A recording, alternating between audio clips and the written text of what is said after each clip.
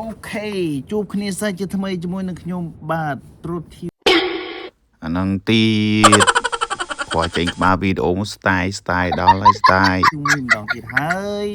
អូខេថ្ងៃហ្នឹងខ្ញុំចង់ឲ្យបងប្អូនទាំងអស់គ្នាបានទស្សនានៅវីដេអូមួយ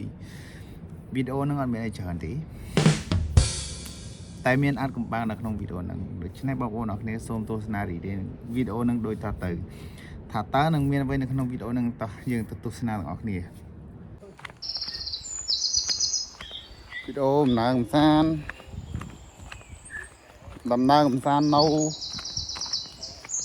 នៅនេះ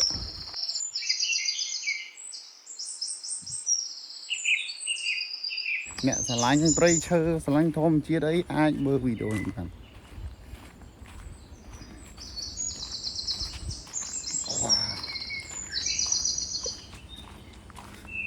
ចាំងបលឺចុយគីវស្រងាត់ iPhone ចាំងបលឺមែនតា iPhone ចាំងបលឺអើយទីភៀនគីវស្រងាត់អូគេមានផ្លូវមានអីចឹងបងប្អូននេះ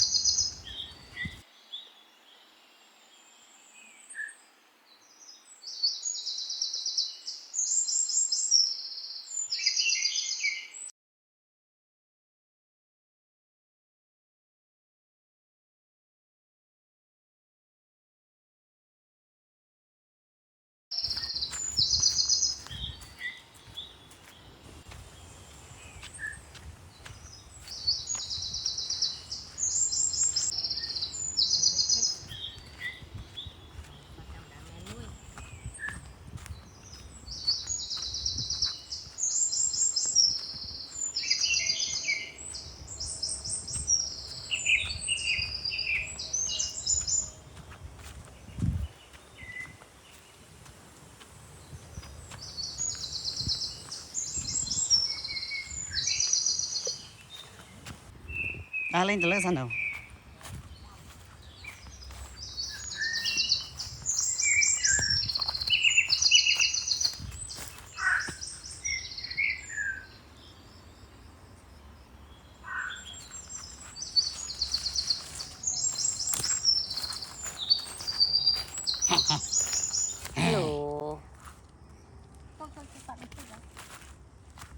ដើរទៅទៀត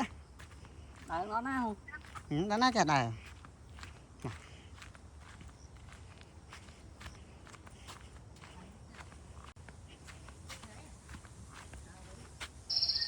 ដើរវិញហត់rồi gì mà